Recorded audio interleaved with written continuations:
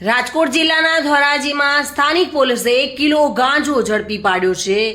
ગાંજાનો જથ્થો સપ્લાય થાય તે પહેલા જ ગાંજા સાથે એક યુવાનને પોલીસે પકડી પાડ્યો હતો।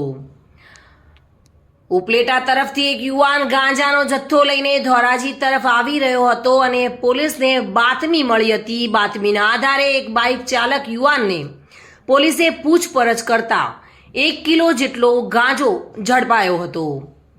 ધોરાજીના નવનિયુક્ત પીઆઈ રવિ ગોધમ સહિતની ટીમે આ કામગીરી પૂરી પાડી હતી અને નશીલો પદાર્થ એવો ગાંજો 1 કિલોથી પણ વધુ જથ્થો પકડી પાડ્યો છે।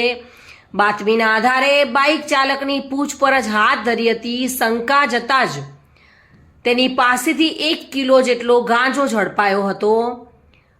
26,000ના મુદ્દામાલ સાથે એક યુવકને ઝડપી પાડવામાં આવ્યો છે। નશીલા પદાર્થ સાથે આ યુવક ઝડપાયો છે। પોલીસે તપાસ હાથ ધરી છે।